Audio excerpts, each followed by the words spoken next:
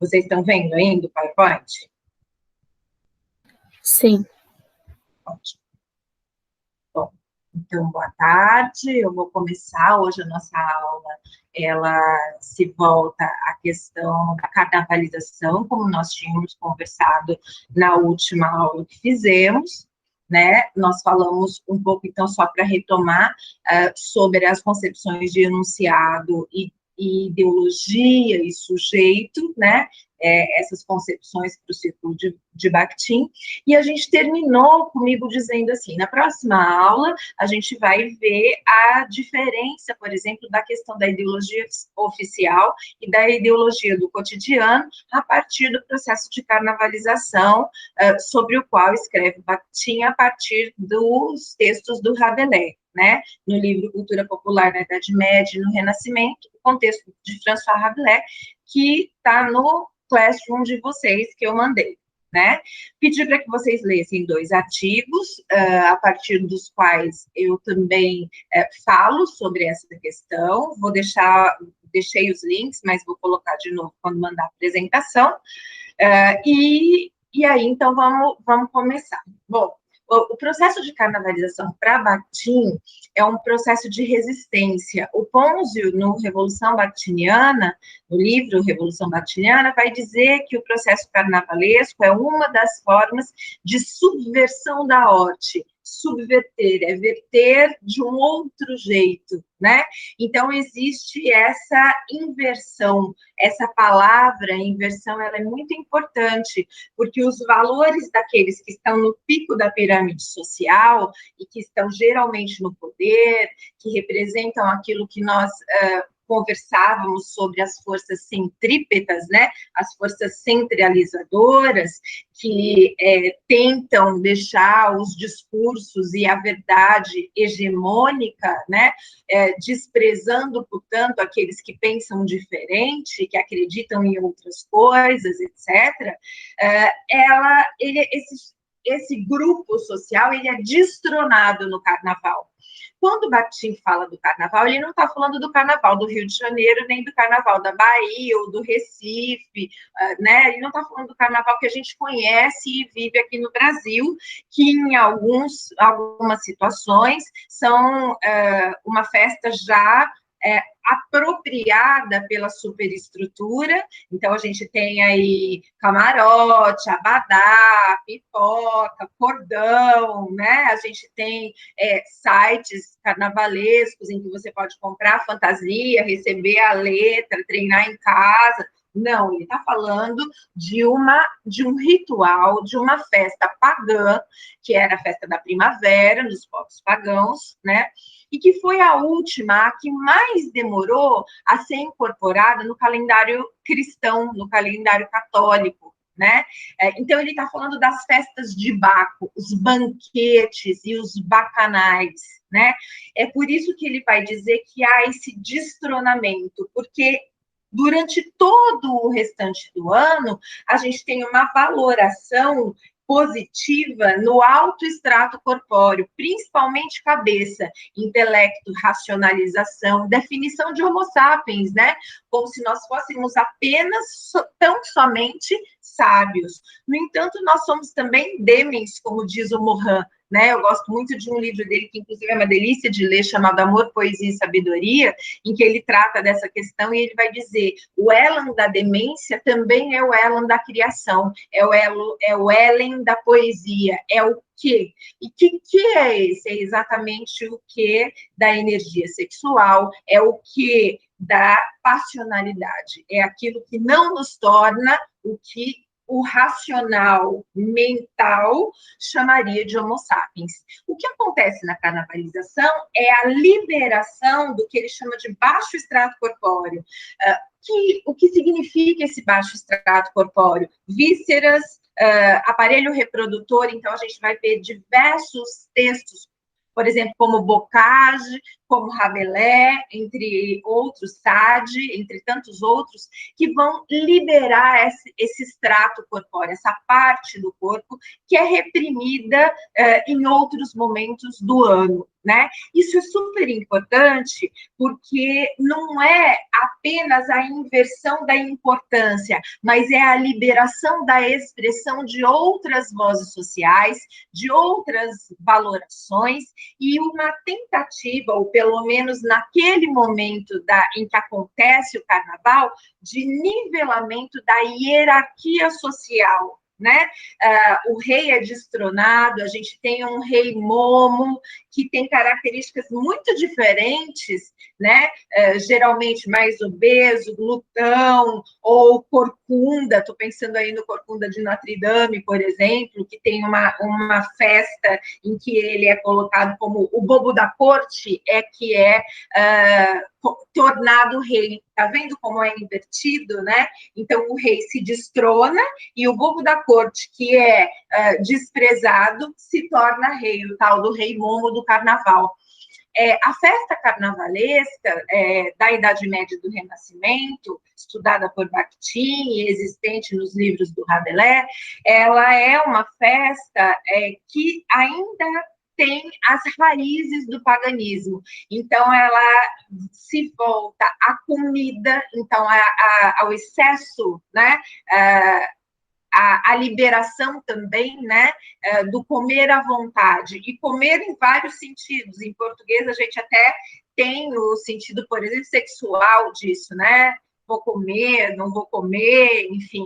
Essa ideia da comida, do banquete, do bacanal, não só como um banquete de comida em si, mas da carne, do corpo que se torna e se transforma carne, e que então, apetitoso ou não, também, além da comida literal, né?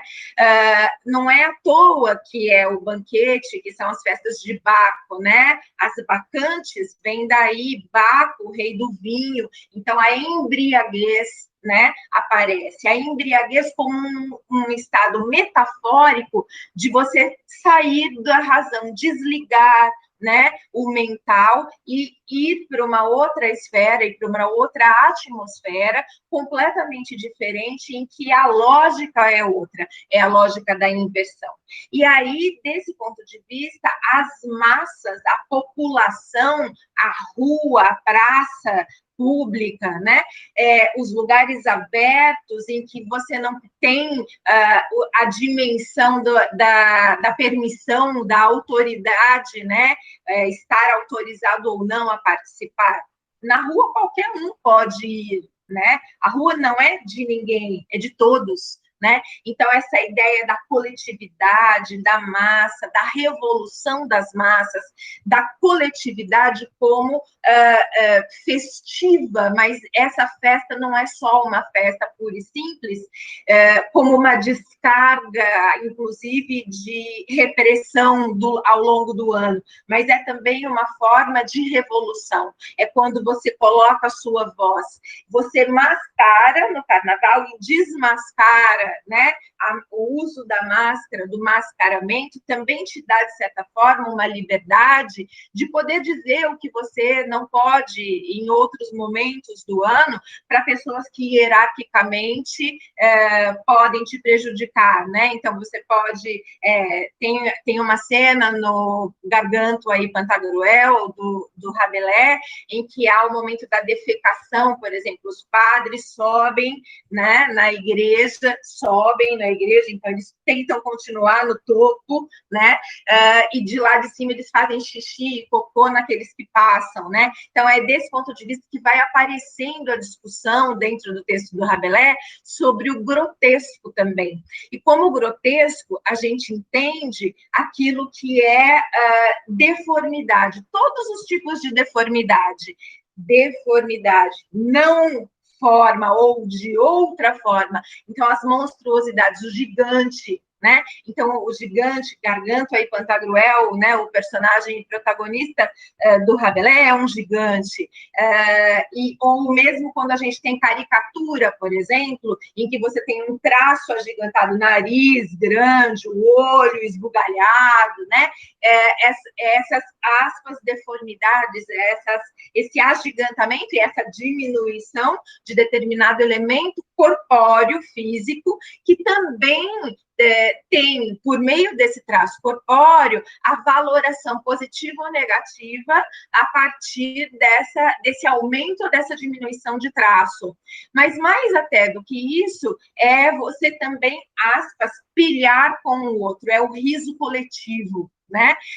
É o riso revolucionário. E não é qualquer riso que é revolucionário, porque a gente vai ter, por exemplo, piada estereotipada que vai falar mal de determinados sujeitos. Essa não é uma piada, ou não, esse não é um humor, um riso carnavalizado do ponto de vista bakhtiniano, porque ele confirma determinados valores, né? Quando você tem, por exemplo, piadas sobre negro, em que o negro aparece de alguma forma ali pejorativa, esse não é o riso carnavalesco. O riso carnavalesco é o que vai pilhar com os governantes, com a igreja, com aqueles que estão no topo do poder. Mas mais do que isso, é uma forma de instituir voz àqueles que são apagados no restante do ano. Não é à toa que no calendário católico, e que é o que a gente tem, né, no ano, a gente segue, né, porque se tornou oficial, olha aí, a ideologia oficial, né, se tornou oficial, a gente vai ter 4 dias de carnaval, era uma festa que durava a primavera toda, então, 3 meses, ela foi permitida porque ela foi resistente, as pessoas não aceitavam apagá-la e continuavam a praticá-la, né, como ato social. Então, ela foi permitida. Mas como ela foi permitida? Né? Ela foi transformada em 4 dias. Nesses 4 dias, pode tudo, entre aspas, né? E depois você tem que pagar pelos pecados que você cometeu. A gente está falando da Idade Média, a gente está falando de uma igreja católica inquisitorial, né?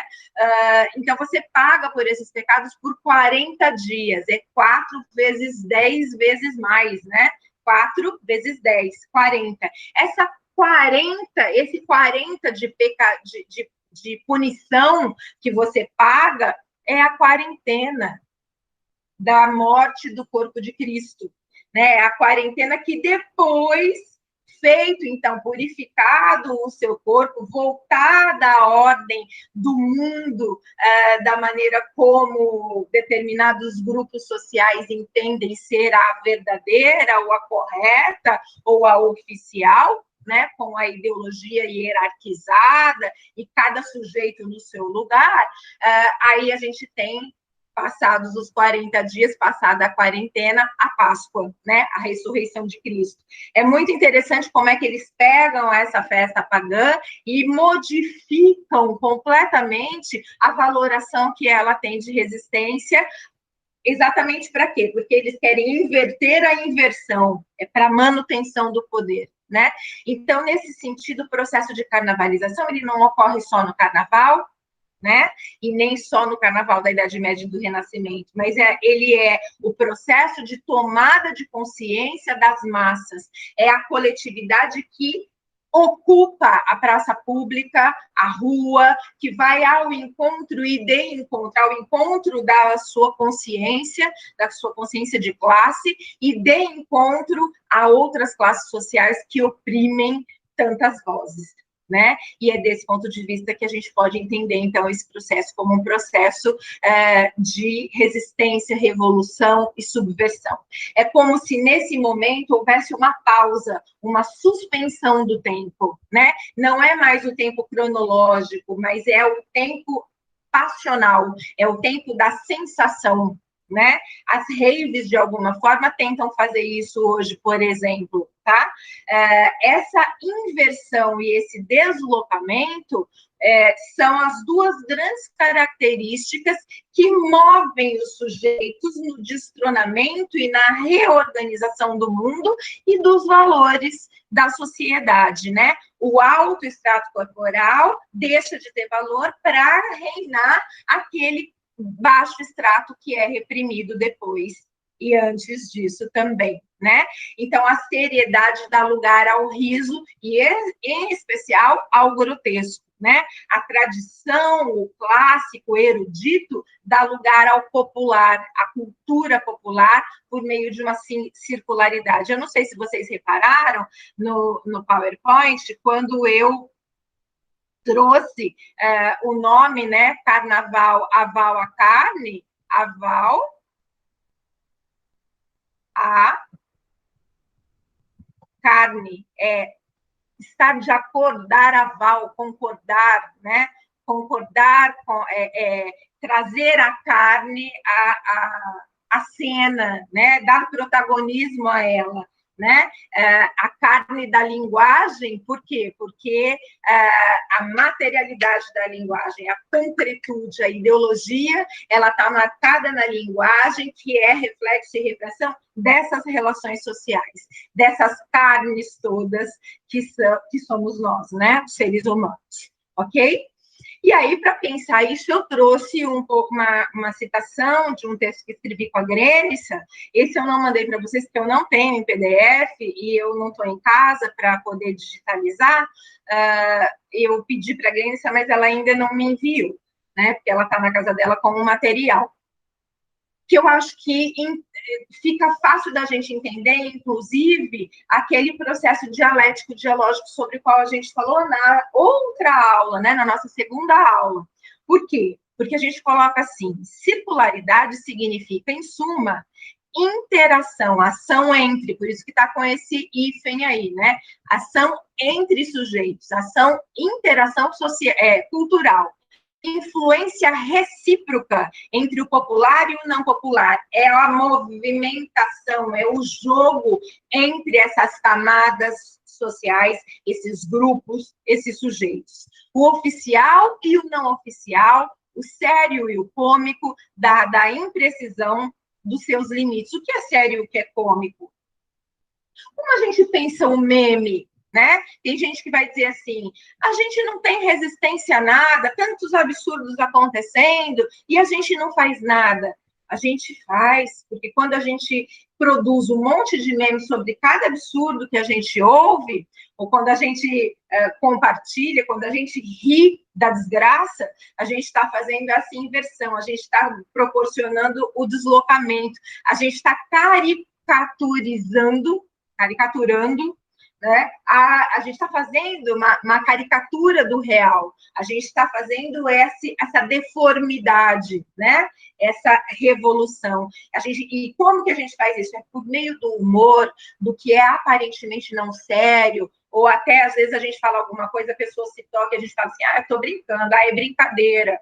E a gente tem aquele ditado, né? É brincando que se diz as grandes verdades. É exatamente porque é o como que consegue deixar mais leve algo que é tão ácido e tão pontual, muitas das vezes, né? A ironia, a sátira. Então, a importância dessa comicidade, não é à toa que o Aristóteles escreve sobre a tragédia, justamente o texto que ele tem sobre comédia, que é perdido ao longo da história, né? Exatamente porque a gente vai pensar aí a subversão do riso, né?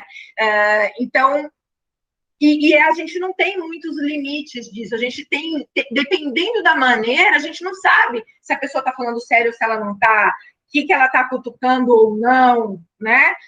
A depender da construção linguística que ela faz, da expressão de linguagem. O que sugere permeabilidade, circularidade entre as esferas de atividades e as manifestações culturais, sem fundi-las. Afinal, não é porque o popular habita determinadas esferas sociais que ele passa a ser automaticamente oficial. Não é porque numa festa de casamento toca funk que o funk passa a ser oficial, por exemplo. O funk é um bom exemplo de manifestação popular carnavalesca. Eu acho que vocês sabem, mas ele surge nos Estados Unidos, nas igrejas batistas, com um ritmo gospel, falando dos spirituals, né? Então, do alto extrato corpóreo, da cabeça para cima, do espiritual, de Deus, né? E aí eles começam a acelerar o ritmo, né? Pure funk on it, como diz o Brown, né, o James Brown. Então, coloque funk nisso, que em português deu acelera aí, né? Essa aceleração rítmica de 2/4 para 1/3 era pegar o ritmo musical de um grupo que era um grupo branco que podia usar esse ritmo mais acelerado de 1/3 e você deixar de falar dos problemas espirituais e passar a falar da crítica social dos problemas da sua comunidade. E aí, junto com os problemas da comunidade, a vazão ao corpo, por isso o jeito de dançar que remete, que reflete e retrata atos sexuais, né? E aí o quadradinho de 8, e aí a gente vai ver o que depois levou ao funk carioca, as expressões que a gente tem e que não são aceitas pelo oficial. Todo mundo diz funk, vira cara, faz careta e tudo mais. Ao mesmo tempo, não tem um que não dança, né? Esse ritmo alucinado, acelerado, que vai desmascarar com outra roupagem, colocando outra máscara, né? Com outros valores sociais, tratando de outras realidades. Então, eu acho que é bem bacana, porque a gente fica com isso na cabeça para pensar essa circularidade, né?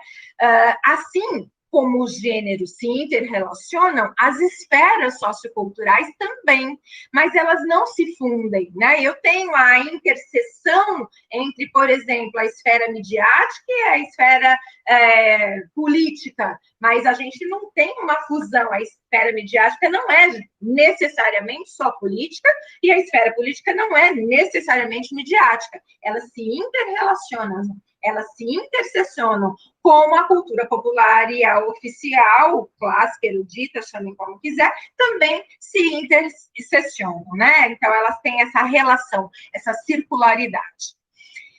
Segundo Bakhtin, as culturas transitam em vários sentidos e estabelecem interações incessantes, determinadas por realidades históricas específicas. Por isso que quando a gente fala de enunciado, a gente tem que pensar esse enunciado situado historicamente, e aí o texto no seu contexto, né?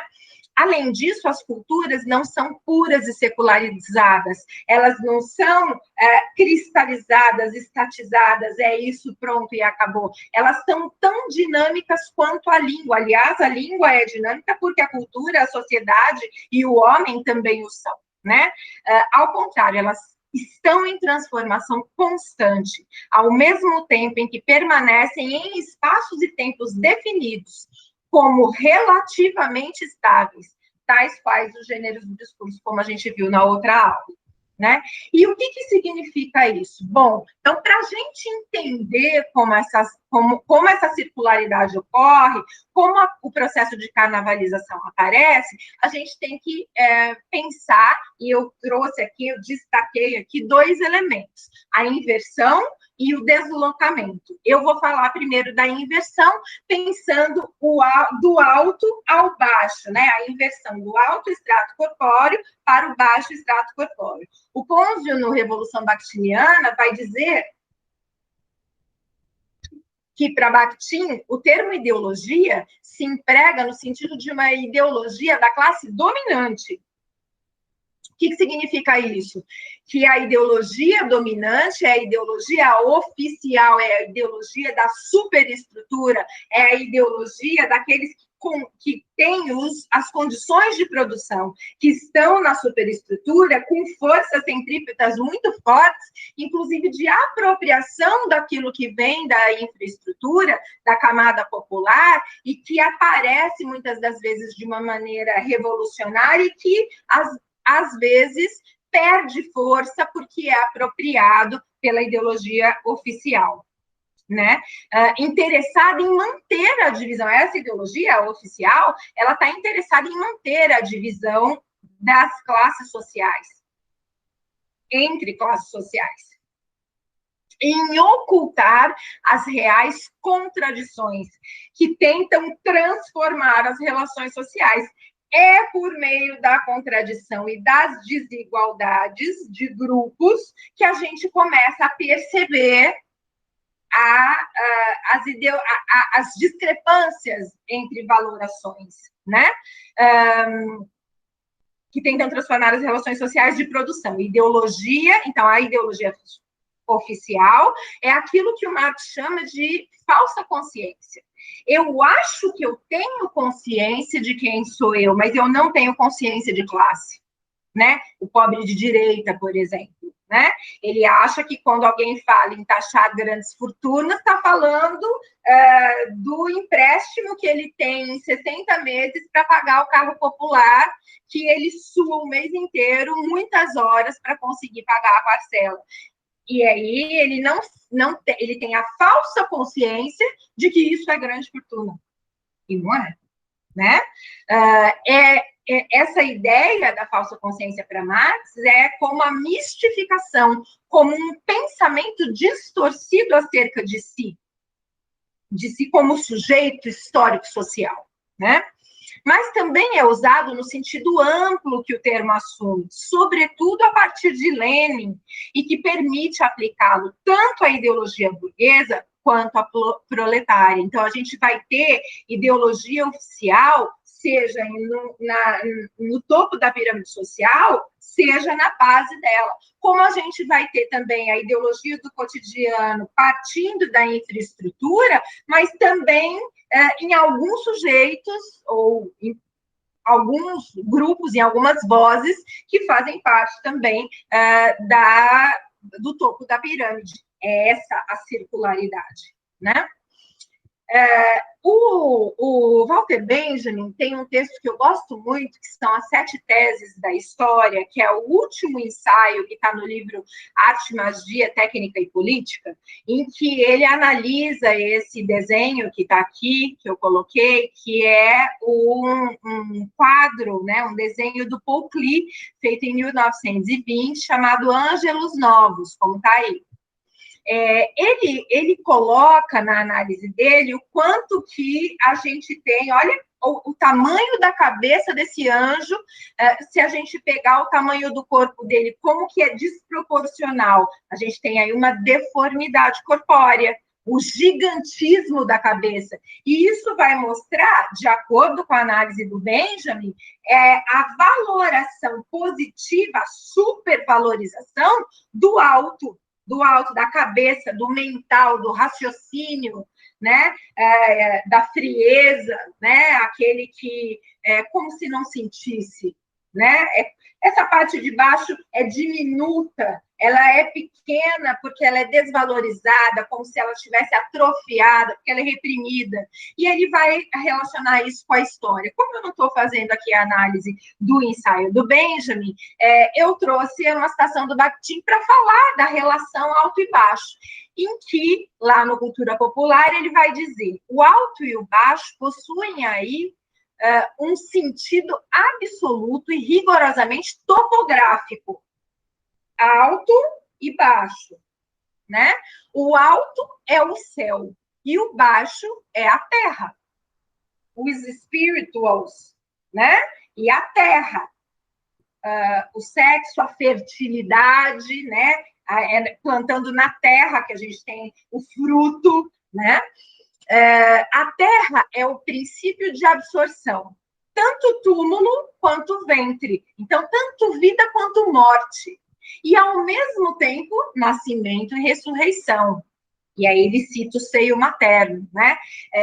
Vocês devem ter lido no artigo que eu escrevi com o Douglas sobre o quadro A Negra, que a gente analisa, da Tarsila do Amaral, e que a gente fala da desproporção daquele seio enorme, gigantesco, em primeiríssimo plano, né? E não é um seio de uma pin-up, não é um seio empinadinho, redondo de silicone, não, é um seio caído da amamentação, de amamentar gerações, da ama de leite, que nutre o povo, que não nutre só os seus próprios filhos, como os filhos da senhora, né? Como se nutrisse a sociedade, né? Com o serviço doméstico, por ser a parideira, inclusive do senhor sendo estuprada, né? E por amamentar como ama de leite esses filhos. Então, a ideia do seio materno como amamentação, como maternidade, como alimento, é muito forte, né? Eu trouxe um poema do Bandeira para a gente falar sobre isso. Este é o valor topográfico do alto e do baixo no seu aspecto cósmico, céu, espiritualidade, mas também racionalidade, mental e terra, reprodução, vísceras, defecação, aquilo que é reprimido, né? No seu aspecto corporal, que não está nunca separado do seu aspecto cósmico, o alto é representado pelo rosto, a cabeça, e o baixo pelos órgãos genitais. E aí, quando a gente vai olhar isso, seja para pensar os textos do Rabelais, como fez Bakhtin, seja para pensar outros textos, a gente começa a perceber isso visualmente, quando a gente tem elementos de enunciados visuais, como eu trouxe tanto o quadro do Dalí quanto da Tarsila, também o Johnny Bravo, como quando a gente lê os textos literários ou quaisquer outros, como é o caso do Rabelais, de Bocage, Baco, Sade, entre outros, né? E aí, na verdade, quando a gente está falando da inversão do alto ao baixo, a gente está falando de uma degradação. A importância da degradação é a seguinte: para o mundo oficial, degradar significa rebaixar, e esse rebaixamento tem uma tonalidade, um tom pejorativo, de menor, de inferiorização.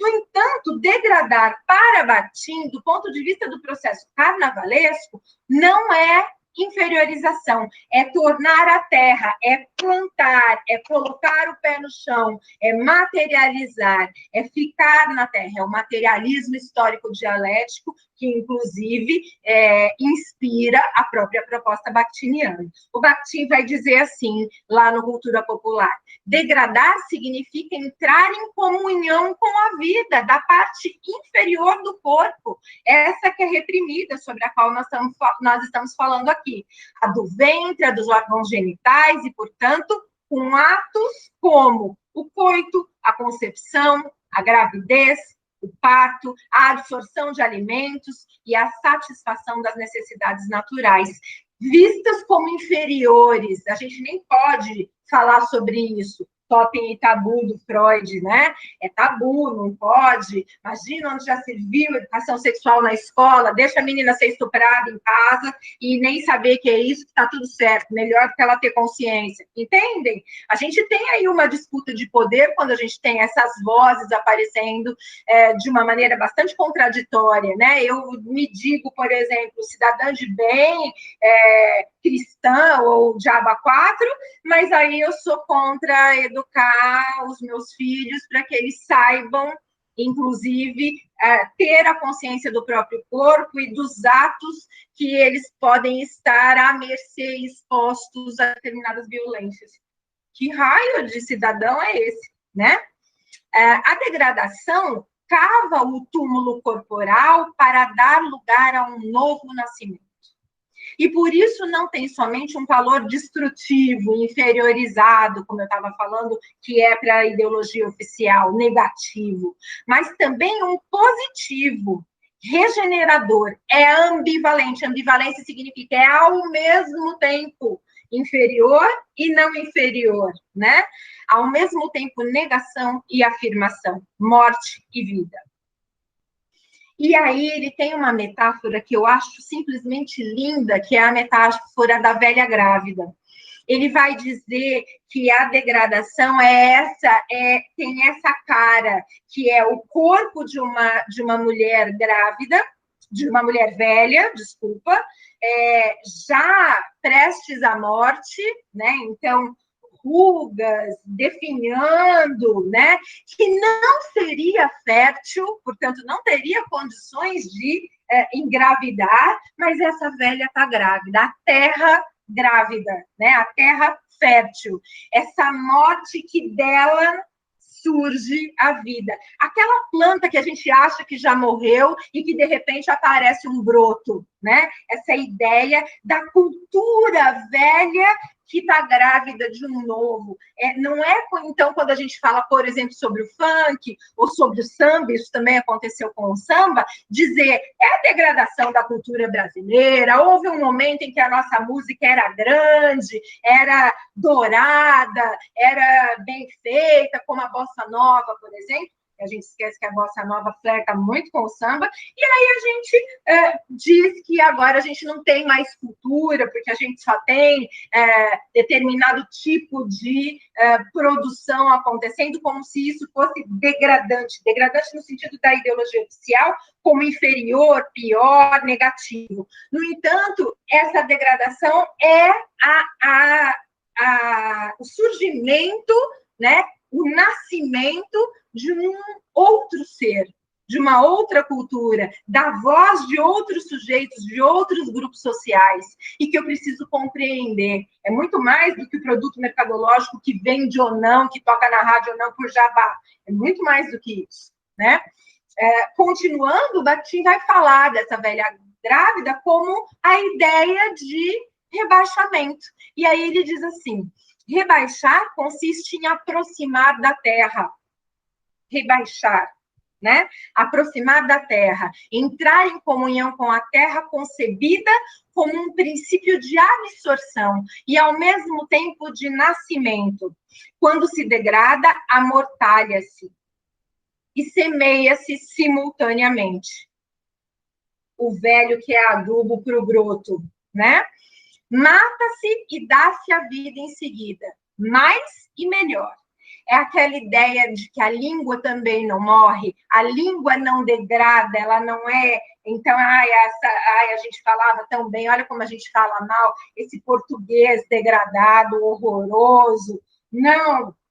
Por isso que o Voloshinov, lá no Marxismo e Filosofia da Linguagem, vai falar que a língua é um organismo vivo, porque ela não se decompõe, ela não se degrada no sentido da morte, ela degrada e regenera, ela está em constante construção, como a gente, né? A gente fica mais velho e a gente perde algumas coisas e ganha outras, né? A gente nasce cada dia que acorda, né? Então, é nesse sentido. Degradar significa entrar em comunhão com a vida da parte inferior do corpo, a do centro, a dos órgãos genitais, né? Aí, repetindo, né, o que eu tinha dito antes, a degradação cava o túmulo corporal para dar lugar a um novo nascimento.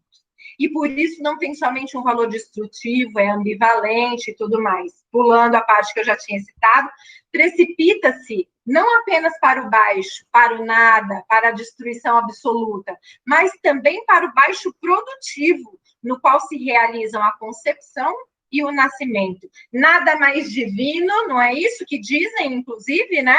Nada mais divino do que ser mãe? Não é Maria, não é o símbolo disso? E por que ela é divina? Porque ela está grávida.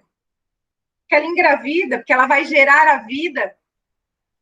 Claro que eu estou deixando de lado a questão toda da ideologia que demoniza Lilith e Eva, né? Mas é só para a gente pensar a gravidez como, não necessariamente a gravidez literal de um filho que está na minha barriga apenas, também, mas a gravidez, por exemplo, de um texto, a gravidez de uma aula, a gravidez de uma música, a gravidez de uma comida que eu faço, né? A gravidez da criação, né? A gravidez social, de mudança de mentalidade, de comportamento, né?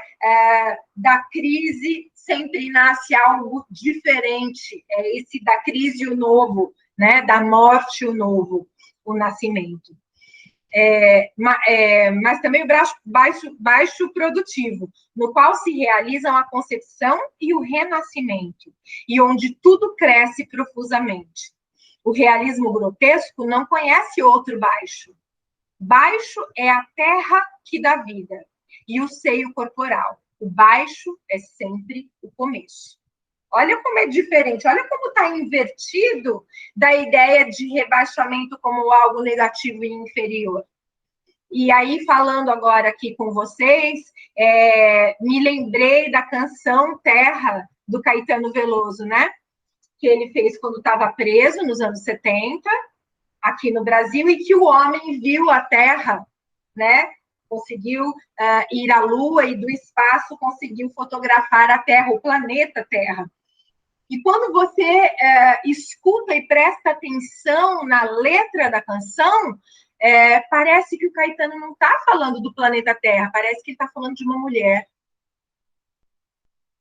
E qual é a diferença da Terra planeta e da Terra mulher? Ou aqui, se a gente quiser, o desenho da Moana, né?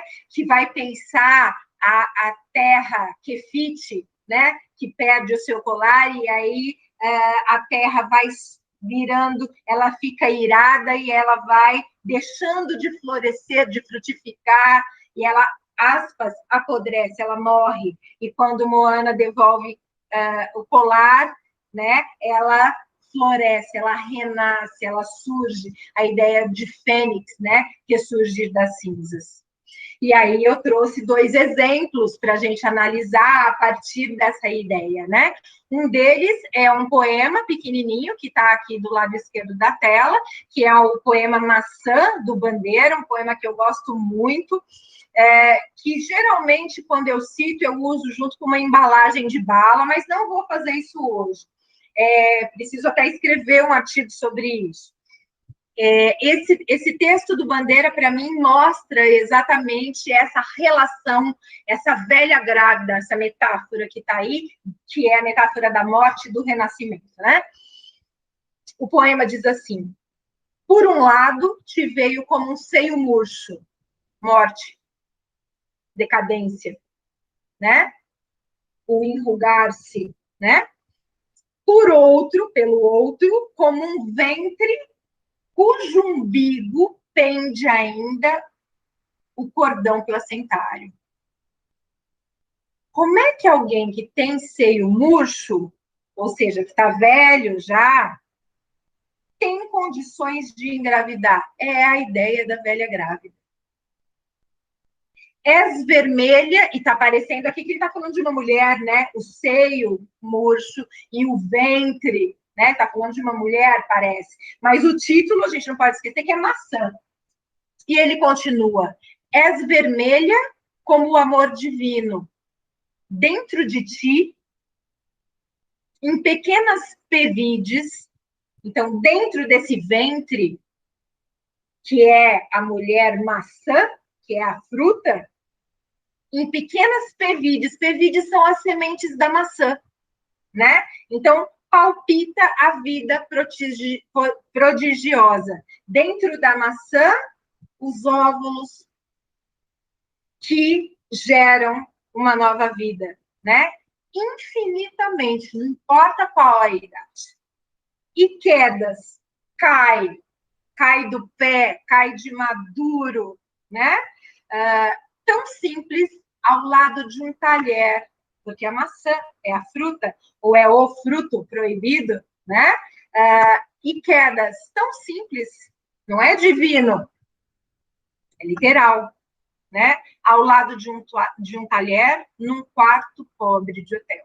E isso é bem Manuel Bandeira, né? Não glamourizar, não é a mulher romântica, diva, inalcançável, do amor cortês, seja das cantigas de amor no trovadorismo, seja dos poemas de Álvares de Azevedo, ou ainda dos romances de Alencar, né? Mas a mulher literal, a maçã literal, lua satélite, não lua metáfora, né? É muito Bandeira, mas ao mesmo tempo Veja como tem interseção, circularidade, né? Entre maçã e mulher. Tem elementos da mulher na maçã e da maçã na mulher. A mulher maçã, a mulher fruto proibido, a maçã grávida, a maçã mulher, a maçã repleta de sementes, carnuda, molhada, né? A ideia do amor erótico representado por esse fruto, até mesmo biblicamente, se a gente quiser, do ponto de vista da nossa cultura, porque em outras culturas é outro fruto, tá? Da mesma maneira, eu trouxe também um quadro, vou falar rapidamente por conta do tempo, do Dalí, chamado Criança Geopolítica, observando o nascimento do homem novo. Esse quadro é de 1943, final da Segunda Guerra Mundial. O Dalí é um surrealista que vai trazer para as suas manifestações, e não só as pictóricas, porque ele também faz filme, ele também tem poema, né? Mas para suas obras, ele vai trazer um quê da psicanálise freudiana, que estava tão em voga na época, né? Desenvolvida nos anos 20. Mas, mais do que isso, ele também vai dar um grito, né? Um super realismo para as suas obras. Esse quadro é conhecido como O Nascimento do Homem Novo, né? Que é a segunda parte do título que está aqui, né? Mas o título é tudo isso que eu coloquei, ok? Para mim, ele não é um dos quadros que eu mais gosto. Eu gosto muito da Persistência da Memória, que é conhecido como a abstração do tempo, o relógio derretido, né? Entre outros tantos quadros, mas esse é muito significativo, né? Veja que a criança geopolítica está aqui, ó. Primeiro tem que dizer que geopolítica é diferente de política geográfica, tá? Política geográfica é quando a gente tem um mapa geográfico, um mapa político, em que a gente tem as regiões marcadas politicamente por cada uma das suas construções, das suas visões políticas. E a geopolítica é a relação entre estados e nações. Então, a criança geopolítica, essa criança que está aqui, agarrando a perna dessa mulher cadavérica, vejam as costelas aparecendo, né? É uma mulher, o rosto meio puxado, ela tem um quê de velhice, né? O novo mundo agarrando o velho mundo, essa criança assustada, toda arqueada e tentando se proteger com a mãe, que não é exatamente uma mãe, que eu posso pensar na Eva, veja que ela está coberta com uma folha de figueira, né? E eu estou dizendo que é uma mulher pelos seios à mostra, essa geopolítica de um mundo novo que está apavorado diante do nascimento que vem aqui desse ovo mundo, né? Se a gente pensar como o mapa mundi muitas vezes expresso nos atlas, ele não é redondo, ele é esticado para a gente visualizar melhor. Então, esse mundo redondo, mas meio ovulado, né? O ovo também, muitas das vezes, é símbolo de nascimento, é considerado, aparece muito nas obras surrealistas, especialmente de Dalí, mas também de outros autores. Clarice vai falar do Ovo e a Galinha, né? Um livro de literatura infantil que ela tem, que não tem nada de infantil, é a metáfora do nascimento, né? Quem nasceu primeiro, o ovo ou a galinha, né? A galinha que bota o ovo, mas se não tiver o ovo, não tem a galinha para botar, como é que, né? Então, é aquela história de não tem começo nem fim, e aí o círculo também tem essa construção simbólica, icônica, de infinito, de perfeição, eu não sei onde começa, onde termina, né? Então, esse sujeito que está nascendo, que está rompendo, que está rasgando esse óvulo mundo, né? Esse óvulo mundo, está fazendo isso com certa violência, né? Olha a mão dele, né? Aqui olha como está amassando, olha como é que o pé aqui, ó, está deixando, olha a palavra que eu vou usar, deformado. Olha lá a carnavalização, né? Como é que ele está deformando esse mundo. Veja que então, essa criança geopolítica assustada com o nascimento do homem novo, né? Assustada com o mundo novo, e não à toa, se a gente pegar o mapa mundi e colocar em cima desse ovo que está aí, a gente vê que essa mão que amassa, ela está exatamente em cima da Europa, do velho continente, do velho mundo, para onde essa mulher, Eva, mãe, está apontando. Olha a mão. E esse apontar, esse dedo, tem tudo a ver com a criação do mundo. Vamos lembrar lá da Capela Sistina, eu trouxe, veja, eu vou falar dela mais para frente, na relação com Johnny Bravo. Então, é esse sujeito que mata o velho mundo, esmaga, amassa, né? E que ele nasce, a cabeça, ainda que não tenha rompido ainda, mas está rompendo num processo, né? É o processo histórico de construção, essa cabeça ela está exatamente em cima da América do Norte. Então, é o poder do homem novo, ou do novo continente, na Nova América, a ideia da nova potência que ascende no final da Segunda Guerra Mundial. Por isso eu falei, esse quadro é de 1943.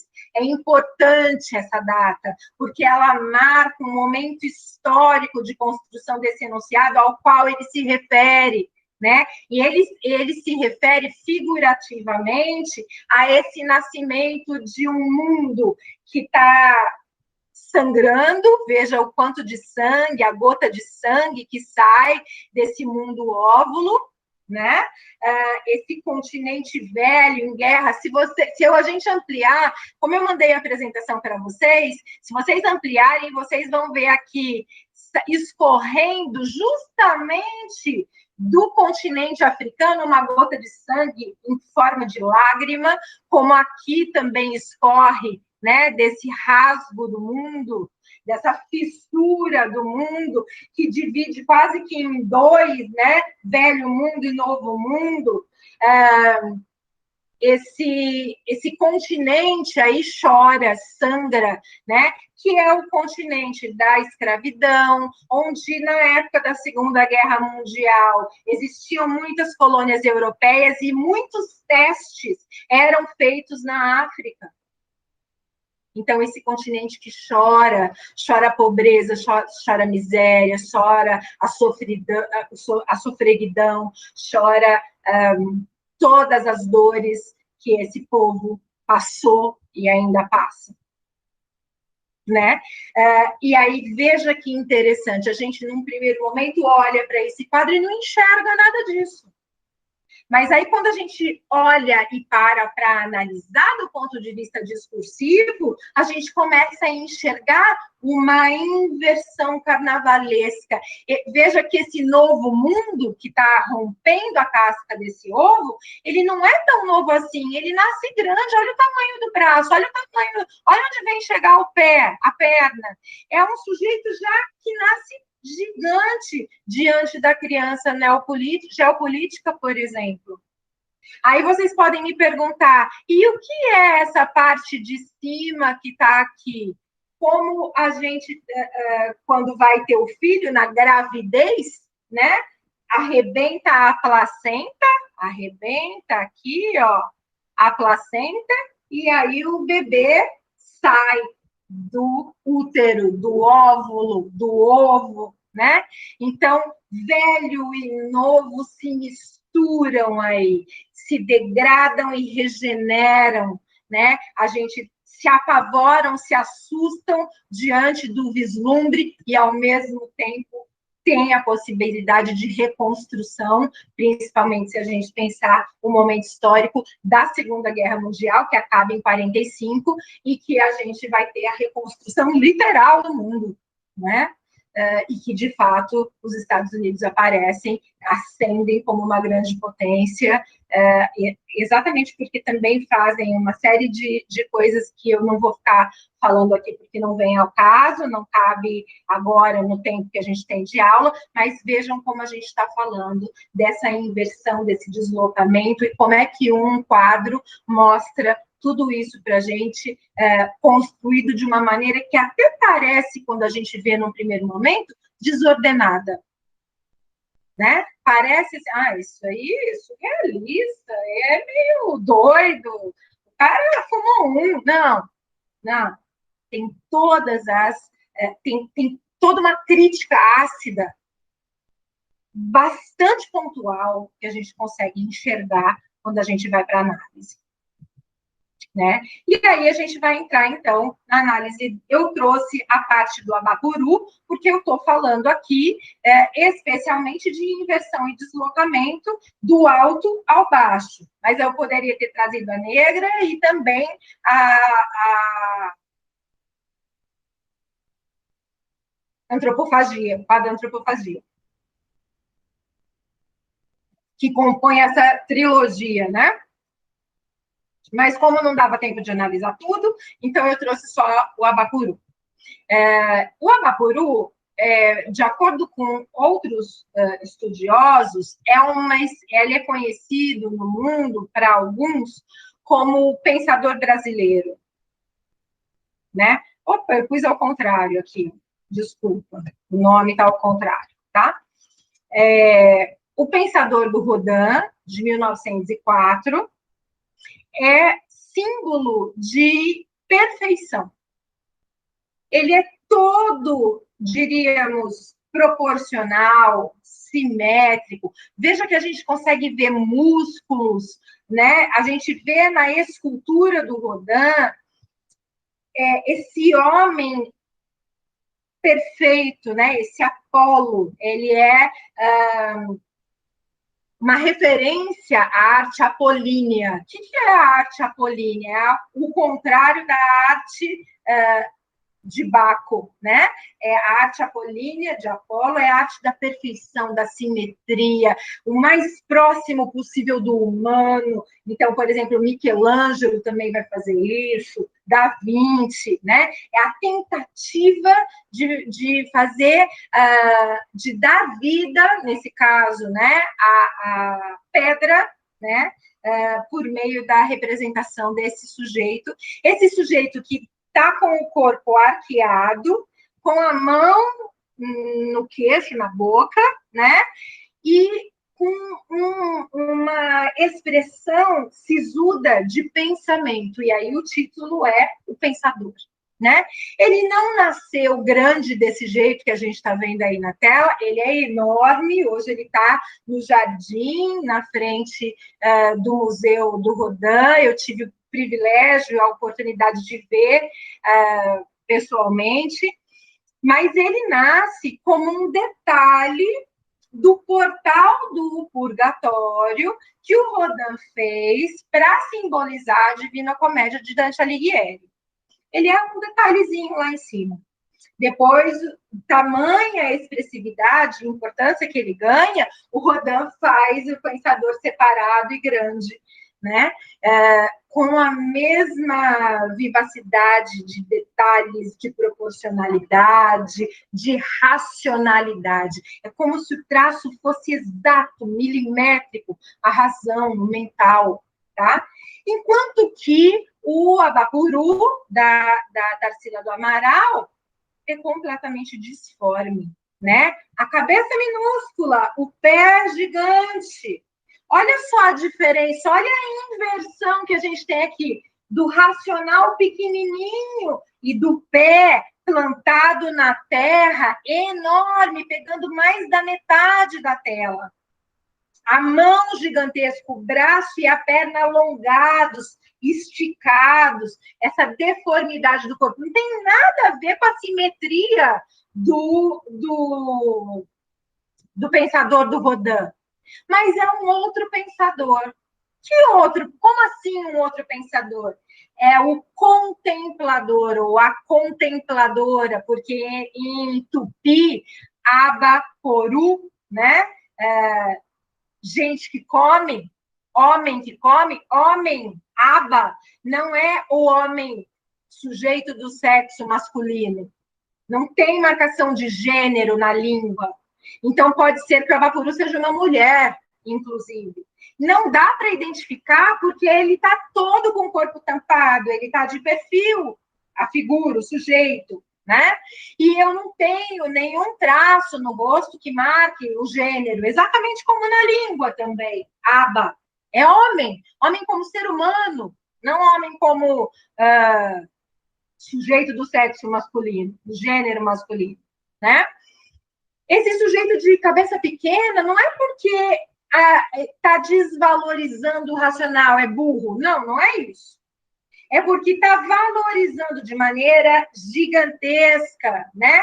O pé, a plantação, a terra, a frutificação, a contemplação. Esse sujeito é colocado num lugar tropical, né? A gente tem aqui o mandacaru, que é símbolo do Brasil, a gente tem um sol, que é fatia de laranja, que é um elemento tropical. É um pensador dos trópicos, é o pensador que contempla, que sente, que senta em frente ao sol e também põe a mão no rosto, mas porque está olhando esplendoroso diante do gigantismo, né, da natureza, gigante como a própria natureza, né, como diz o hino nacional, esse país continente. É um outro valor, que não é o valor apenas racional, mas também e principalmente dar vazão, abrir, rasgar, né, para pensar na relação com o quadro do Dalí, para uma voz e uma parte corpórea e a valoração social de algo que é não valorizado. Isso não aparece só na Tarsila, isso aparece, por exemplo, em Portinari, quando a gente vai pensar, por exemplo, a tela dos apanhadores dos colhedores de café, né? A ideia do pé plantado no chão, né? O homem da terra. O homem da terra, não só por ser um homem rural, mas o homem da terra por ser um homem que está materialmente, concretamente plantado e fertiliza, também morre, porque é escravizado, etc. Né?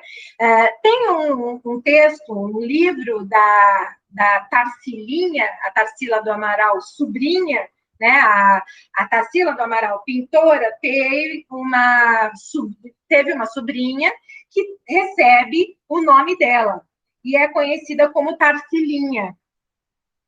Ela que cuida, inclusive, de todas as coisas da Tarsila pintora. E ela escreveu uma análise diferente daquela que ficou conhecida tradicionalmente como a análise do Abapuru, como o gigante antropofágico, né? Que digere, e ele tem isso, né? Digere a cultura do outro de um outro jeito, faz uma outra coisa, né? Come, né? O canibal que come, digere e vomita um outro ser, né? Uma estrela de 1000 pontas, para pensar a Clarice. Mas ela vai fazer uma outra análise, que é dizer que o quadro Abapuru é também um autorretrato da Tarsila do Amaral. E ela diz assim, o reflexo distorcido por conta da posição. Ela disse que na casa onde a Tarsila morava, que era um casarão nos Jardins, ali em São Paulo, na época em que tinham grandes casarões, em São Paulo, a São Paulo modernista dos anos 20, tão apaixonante, né? E apaixonada, né? Era o objeto de paixão, ou um dos objetos de paixão do Mar de Andrade. Aliás, São Paulo, que hoje está fazendo aniversário, né? Na casa onde ela morava com Oswald, né? Nessa época ela estava casada com Oswald, no ateliê dela tinha uma porta e um espelho num corredor, no final de um corredor, um espelho inclinado. E ela se via nesse espelho. E do jeito que ela se via, do ângulo que ele estava, por ele estar inclinado, ela se via com a cabeça pequena e os pés grandes. E como ela muitas das vezes relaxava a mão, que fica pintando, e aí dói o braço e se relaxa, ela via um reflexo de si. E ela pintou isso de acordo com a Tarsilinha, principalmente pela marca do pé do abapuru, especialmente desse dedo aqui, que é maior, é o pé direito, e maior do que o dedão, e parece que, segundo a Tarsilinha, a Tarsila tinha o dedo assim também. E aí tem várias histórias, manuscritos, que a levaram a ter essa leitura. Ela diz assim: o reflexo distorcido por conta da posição inclinada do espelho mexeu com a imaginação da artista. Foi um estalo. Ela sabia perceber a poesia nos detalhes. Tinha esse faro artístico aguçado de quem não enxerga o óbvio nas coisas, mas vai além. Tarsila viu na cena uma oportunidade de criação. No espelho, a cabeça da artista parecia bem pequena, o pé gigante. Seus olhos de pintora se encantaram com aquela visão inusitada, diferente, e por isso mesmo interessante. Tarsila deve ter gastado muito tempo se observando, horas talvez. O pé imenso, a cabeça minúscula, a boca e os olhos quase sumindo, a mão caída ao lado do pé grande, que figura diferente. Aquela imagem lhe parecia provocativa, ousada, perfeita, bem-humorada. O riso ficou gravada em sua retina, grudada em seu pensamento. Tornou-se uma insistente obsessão. E esse quadro, não à toa, é considerado por muitos o símbolo da arte modernista e da arte brasileira. Esse sujeito brasileiro que olha para as coisas e vê outra, e transforma em outra, esse sujeito canibal, Abaporu. Diz a Tarsilinha que a Tarsila fez esse quadro de presente para Oswald. Ela deu a ele de presente. Depois, quando eles se separaram, ela pegou de volta. Ele escolheu um outro, não quis ficar com esse. Né? E que quando ele viu, ele disse: nossa, mas é um canibal. E aí ela foi para o dicionário de Tupi, e aí ela deu o nome ao quadro de Abapuru. Segundo a Tarsilinha, um autorretrato de Tarsila nua.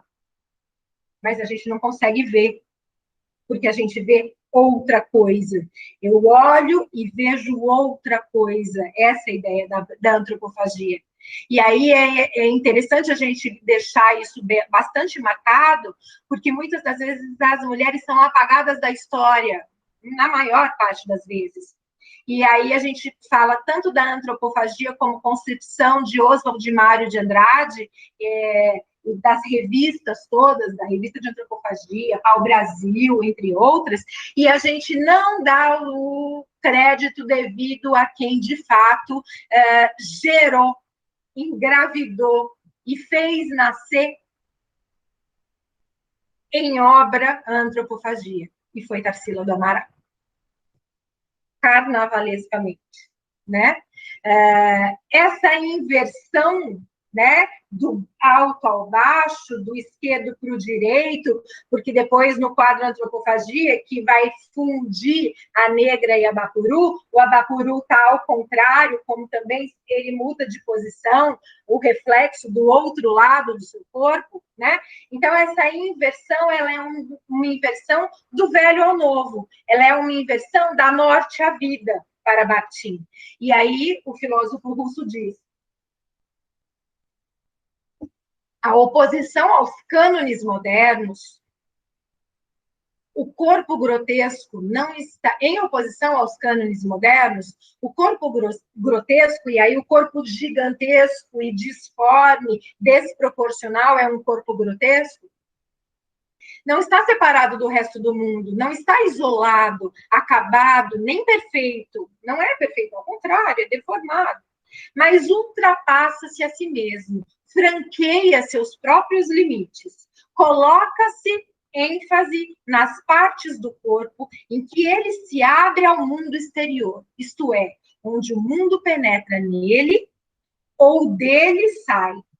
Onde o mundo penetra nele ou dele sai o ato sexual e também o nascimento. O enterro, entrar na terra, e o nascimento, frutificar, né? O broto que sai da terra. Através de orifícios, protuberâncias, ramificações, excrescências. O Manuel Bandeira tem um poema que eu adoro, que está no livro da infância, que chama Obrar, em que o sujeito lírico é uma criança e ele diz que obrou no vaso da avó. E que a avó não ralhou com ele nem nada. Porque obrar fertiliza o solo. Então, a flor que nasceria naquele vaso seria fruto da sua defecação. Ele fez uma obra de arte. E se a gente pega a Freud, né, uma das etapas da construção da personalidade para Freud, a etapa anal, né, a gente passa pela oral, quando bebezinho, e a amamentação que tem a ver com isso, né, o prazer pelo amamentar. Depois a criança passa pelo prazer de ela fazer algo dela sozinha, e a única coisa que ela consegue fazer sozinha, sem ninguém ajudar, e que sai de dentro dela, são as fezes e a urina. Então, esse cocô, essa obra é para ela uma obra de arte. A gente é que olha com nojo, a gente é com um olhar racional muito degradado, agora sim, no sentido de negativo, né? É que olha aquilo e tem nojo, diz que é fedorento, a gente é que coloca uma valoração negativa, né? Mas é essa ideia de brutar, tá? E aí ele também diz essa necessidade, né, que a gente tem de ir, a necessidade corpórea, de ir para o material, o enunciado concreto, né? Essa necessidade, ela se apresenta num determinado momento como algo sério, incondicional e peremptório. Mas, em outro momento, não, né? Historicamente, as ideias de necessidade são sempre relativas e versáteis. O riso e a visão carnavalesca do mundo, que estão na base do grotesco, destroem a seriedade unilateral, destrói a ideologia oficial, destrona o rei, destrói o mundo velho, rasga a casca, né? E intemporal, e liberam a consciência, a cosmovisão, como ele chama, o pensamento e a imaginação humana, que ficam, assim, disponíveis para o desenvolvimento de novas habilidades. O obrar da defecação como a obra de arte, como a fertilização de solo, ou como a fertilização de de um outro tempo, e amanhã a gente vai falar de cronotopia e exotopia, de pequeno e grande tempo em que a gente tem o ato e, historicamente, como isso pode se universalizar, por exemplo, pela literatura, pelas obras de arte em si. por isso eu trouxe algumas delas, tá? E aí, para fechar, deixa eu ver que horas são, quase 4 horas, eu trouxe também uma análise do Johnny Bravo, e a Juliana e a Mariana acho que estão por aí. Então, o que eu vou falar aqui está num artigo que a gente escreveu juntas, eu, a Juliana e a Mariana. Eu convidei a Mariana para participar da aula de hoje, né? Falei para elas que elas poderiam falar, porque, afinal de contas, o artigo que a gente escreveu surgiu de um trabalho que elas fizeram juntas, na outra disciplina que eu dei, de análise do discurso, em que elas analisaram especificamente a carnavalização em Johnny Bravo, e que vai se tornar a iniciação científica da Marana, né? E a Juliana está pensando numa outra, que a princípio é Black Mirror, não sei se a gente ainda vai fechar com essa, porque ela está pensando, a gente ficou de conversar, né? Então, elas que trouxeram esse objeto, né? E aí, para a gente ver, então, o quanto que eu posso pensar o processo de carnavalização na literatura. Bakhtin cita Rabelais, eu trouxe Bandeira, eu citei Manuel de Barros, né? Na pintura, eu trouxe Tarsila, eu trouxe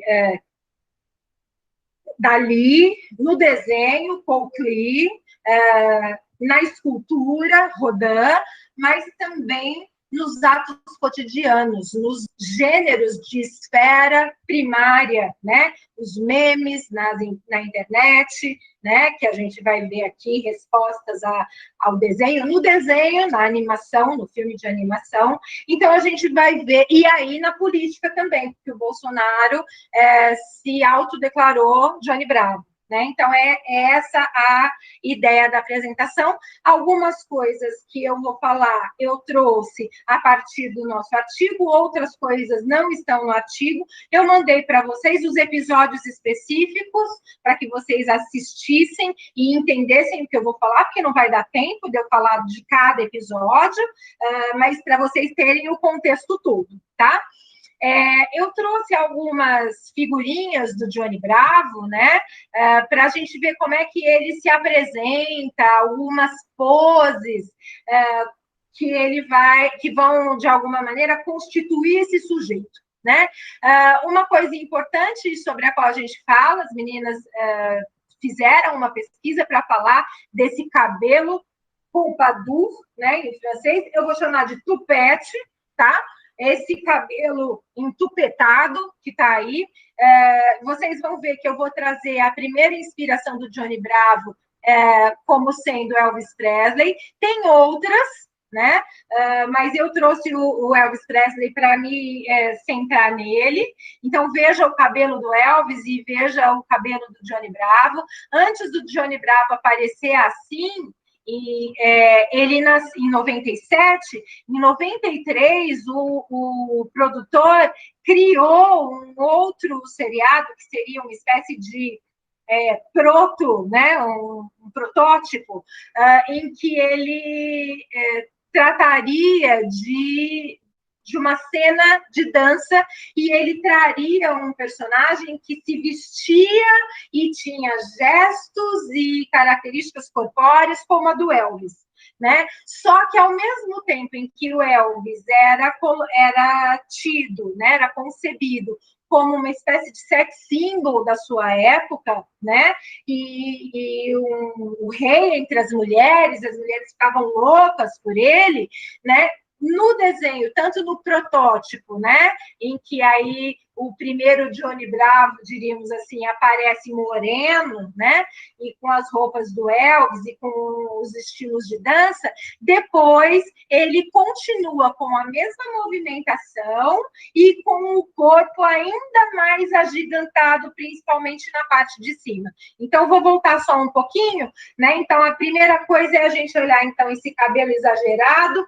Se a gente parar para olhar do ponto de vista da proporção, já que a gente estava falando das deformidades, o cabelo é maior do que o rosto dele, né? E a cabeça inteira isso aqui inteiro é maior ou do mesmo tamanho que a parte de baixo do corpo inteirinha. Ele vai ter as pernas, a parte da cintura para baixo, extremamente atrofiada, pequena, infantilizada, né? E o que ele tem grande, bem desenvolvido, até demais, além dos músculos do braço, para simbolizar a fortaleza, né? O muque que ele faz, é esse peito, que a gente chama de peito de pombo, né? Que é característico psicologicamente de pessoas que se acham, né? Elas andam e a gente, quando vai para a academia, por exemplo, e a gente vê sujeitos, homens marombados, né, que fazem muita academia, a gente percebe que eles fazem pouco exercício para as pernas, ficam com as pernas mais finas, e eles desenvolvem muito peitoral e bíceps, né? E eles andam assim, eles fazem questão de arfar o peito. É esse homem que é o Johnny Bravo.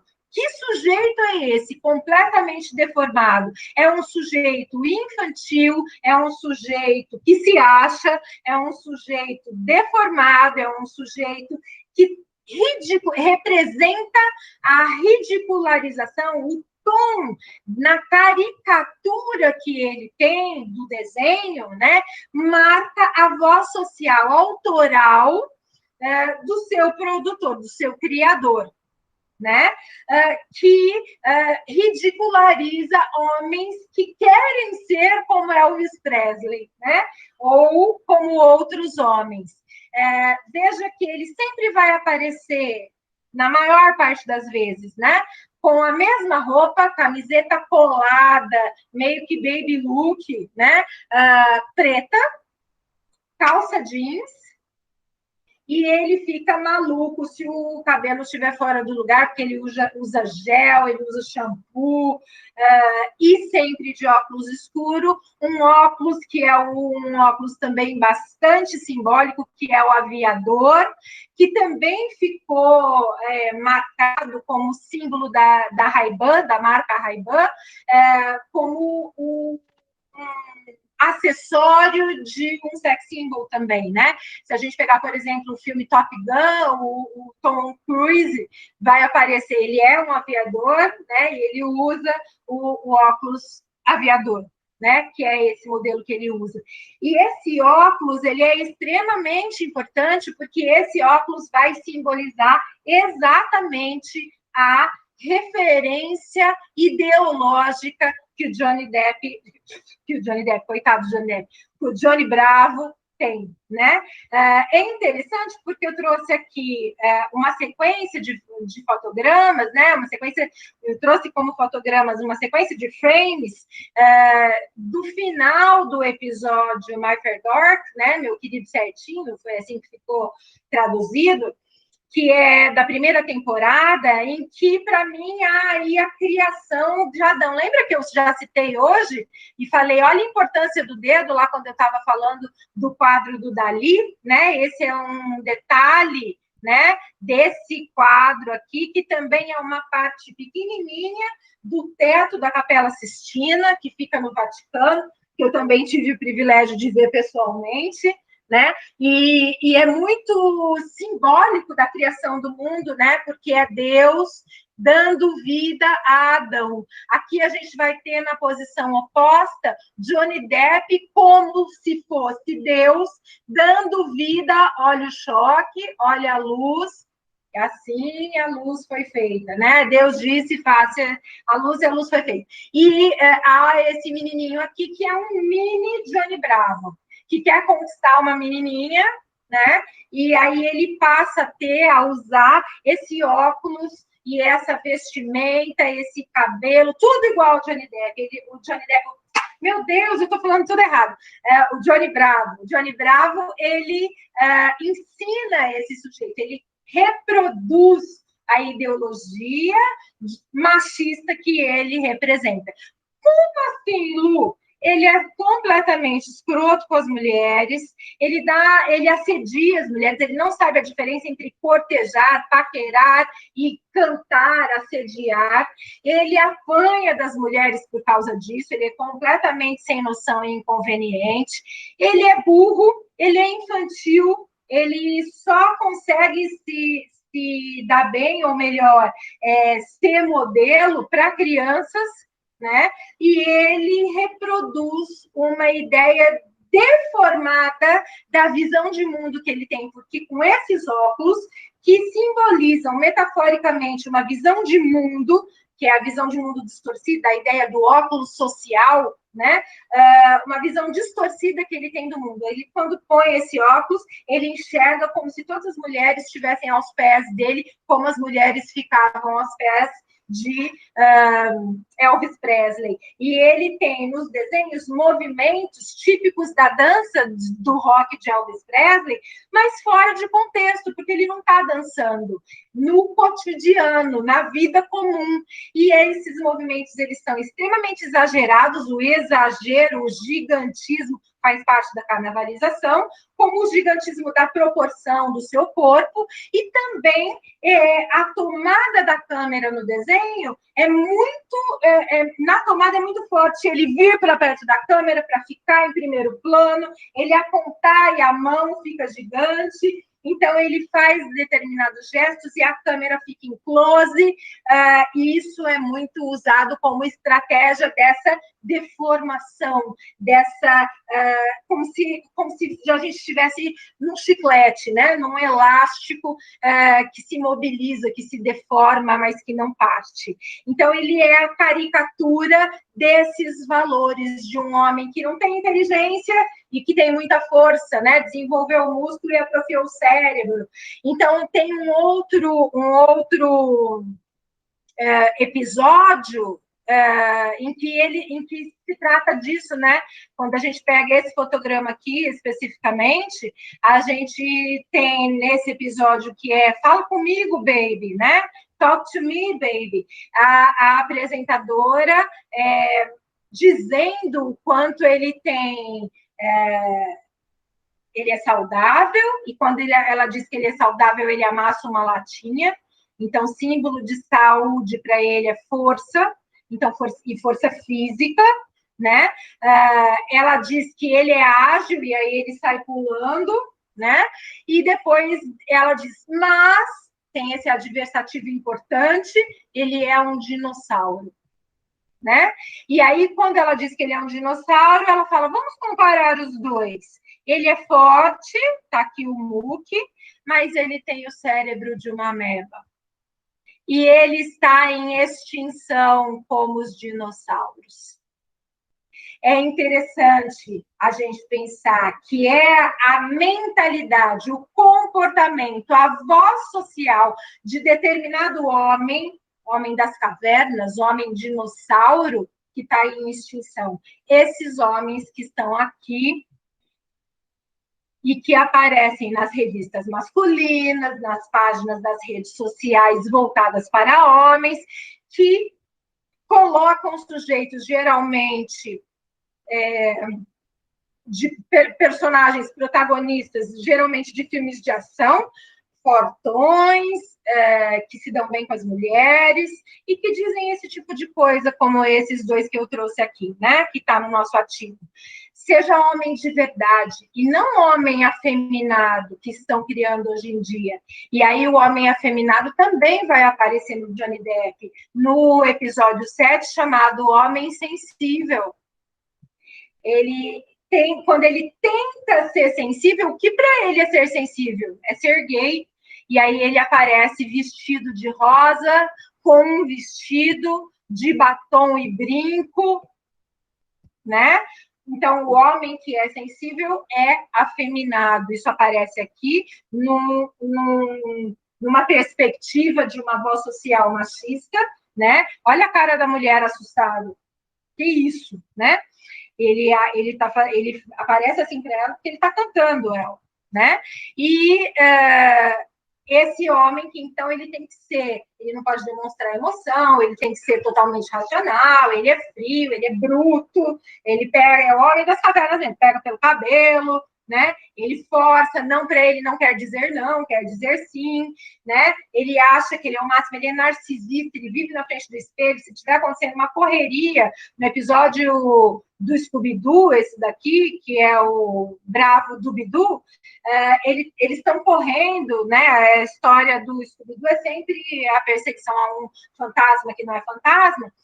Ele passa em frente ao espelho, ele para de correr do fantasma para se olhar, para se arrumar, para ver o cabelo, não sei mais o que, porque ele tem essa coisa do narcisismo. Olha aqui, né? A lupa, o espelho vão aparecer como esse símbolo. Ele se autocome, diríamos assim, né?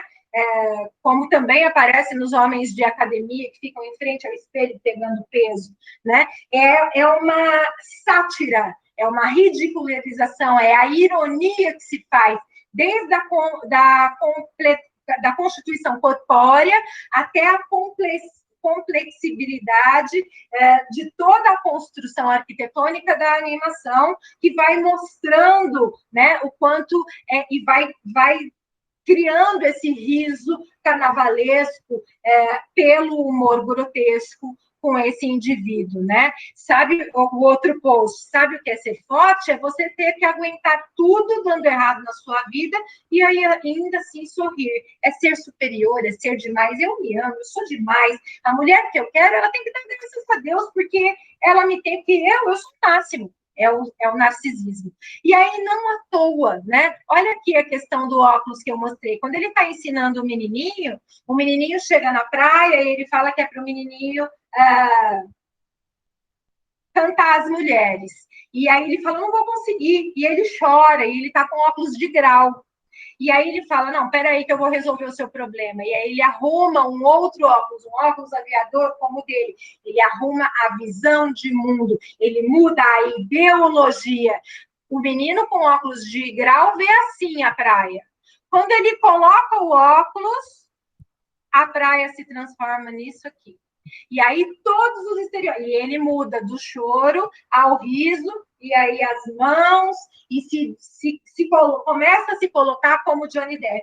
Ele não trocou o óculos físico apenas, ele trocou o óculos social, ele trocou a lente, ele trocou o jeito de enxergar, o jeito de se comportar, ele trocou a ideologia, né? A valoração, ok? E aí quando o Bolsonaro, né, em 2019, tendo acabado de ganhar aí as eleições, né, nem um ano de governo, numa coletiva de imprensa na Bahia, falando sobre o nepotismo de indicar o seu filho para a Embaixada dos Estados Unidos, quando questionado pela imprensa sobre isso, ele responde: vamos parar com essa bobagem, a campanha acabou para a imprensa.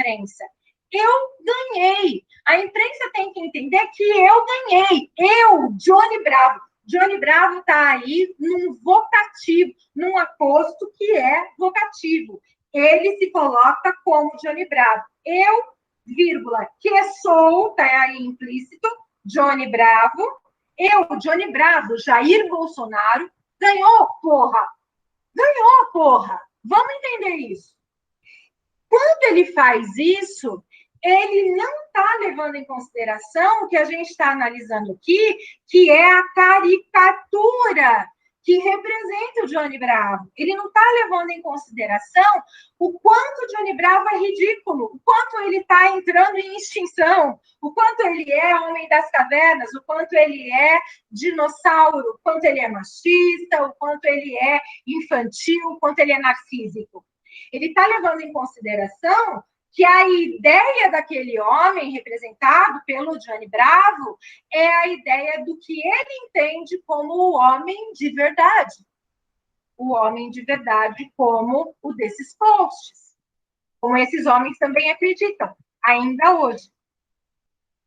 Né? E aí, a partir dessa fala, que sai do desenho, vai para a esfera política na mídia e para a esfera midiática, portanto, vários outros enunciados surgiram em resposta a esse. Eu trouxe aqui uma caricatura, né? Obviamente, o espelho, Johnny Bravo no espelho, Bolsonaro com o tupete no espelho, se enxergando como Johnny Bravo, ainda que sem óculos, né? Trouxe uma resposta que eu tirei do Twitter, tá aqui a marquinha, eu tirei o nome da pessoa para preservar a sua identidade, em que ela responde, porque ele posta, né, que ele é o Johnny Bravo nas redes sociais, os filhos dele também. Então, numa das redes da família Bolsonaro, uma pessoa responde assim: Johnny Bravo, personagem burro ao extremo, egocêntrico, narcisista, que só apanha de masculinidade frágil e infantil, paródia do homem que se acha fodão, mas não passa de uma merda. Essa ideia, essa visão, essa valoração ideológica não foi aquela que o Bolsonaro olhou. Então, veja, o signo é o mesmo, Johnny Bravo. Mas como o Bolsonaro olha e se diz Johnny Bravo, ele não está olhando isso. Ele está olhando o homem fodão que ele acredita ser e como o Johnny Bravo também acredita ser. Enquanto ele não percebe o riso grotesco da ironia, da sátira, que para mim estão gritantes no desenho, mas que para ele não.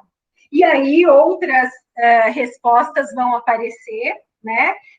Do Johnny Bravo, então eu peguei aqui o corpo parecido, né? E do Johnny Parvo, né?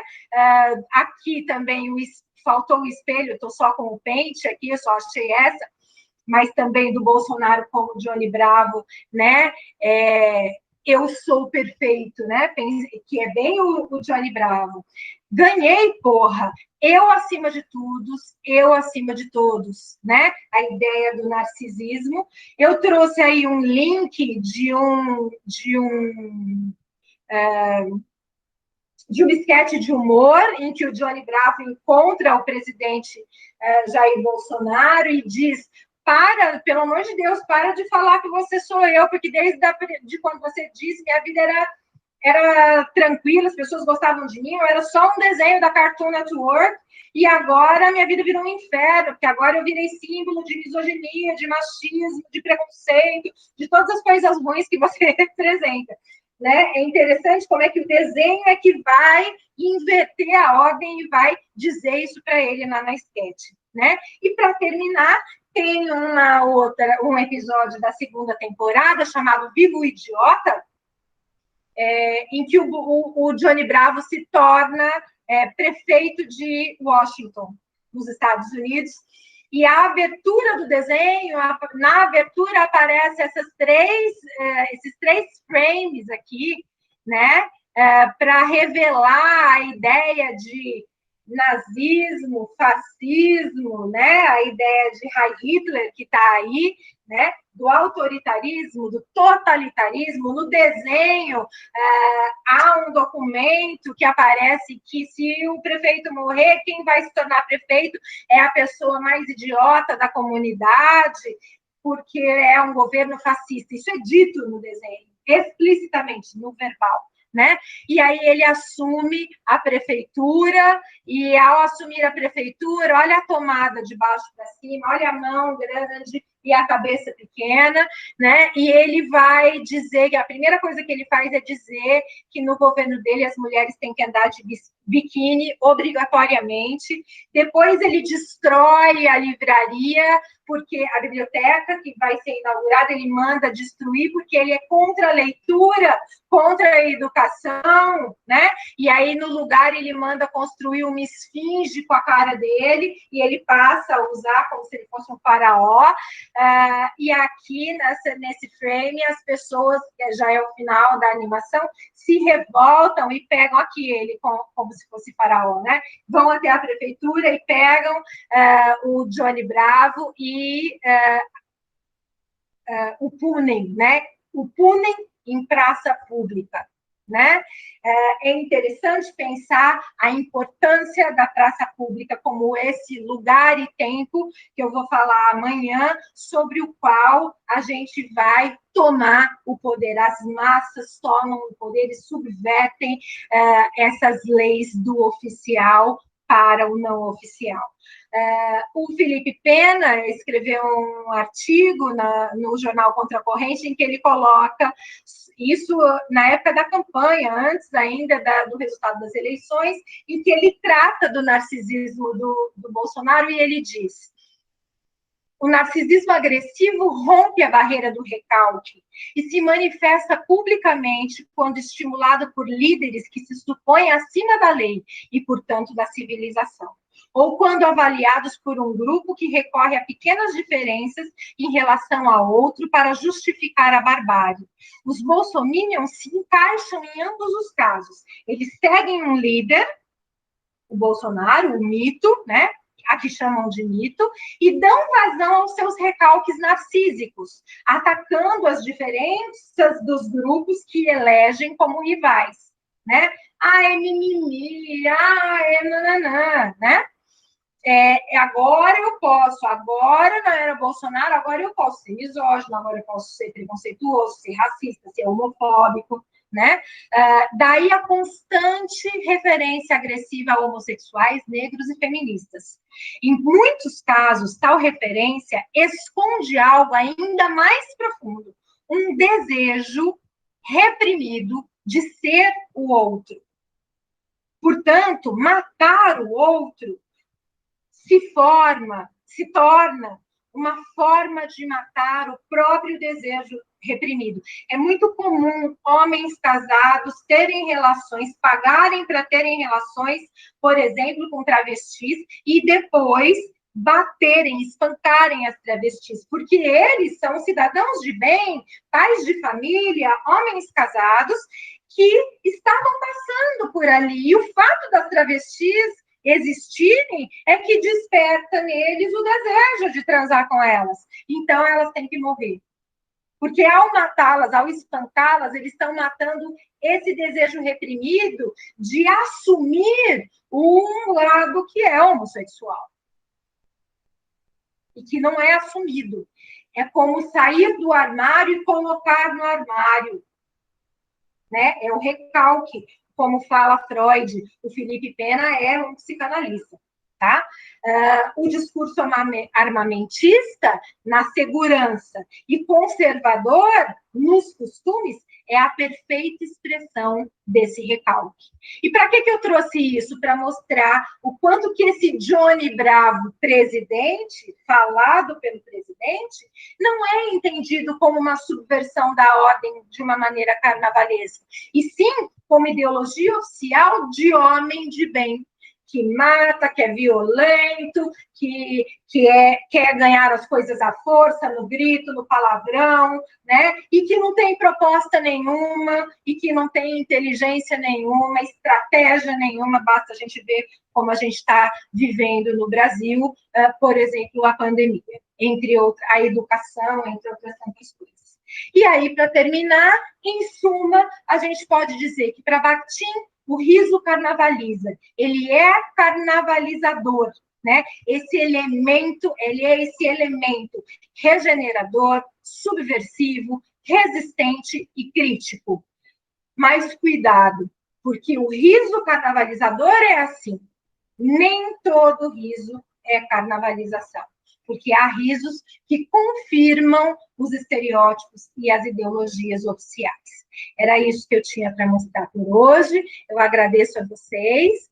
E aí, qualquer dúvida, eu estou à disposição. Não sei se deu para entender, se vocês querem colocar alguma questão. Eu passei um pouquinho do horário, mas eu queria ver como é que está o entendimento de vocês, o que vocês acharam, enfim. Consegui falar tudo, falei assim, ó, rapidão, para dar tempo. Claro que é muito mais complexo do que o que eu falei, tá, gente? Porque a gente tem o tempo aqui da aula e eu queria tentar dar conta de tudo para não precisar gravar uma outra aula sobre isso. Mas vocês têm tanto o texto do Bakhtin, quanto os meus artigos, e também outros textos que tratam sobre carnavalização, Pons, de Miotello, que vai falar sobre ideologia do cotidiano, né? A gente tem alguns artigos da Iris Zavala, entre outros, então vocês podem também procurar complementar isso que eu estou falando aqui, tentei ser didática, e aí eu queria ouvir um pouquinho vocês.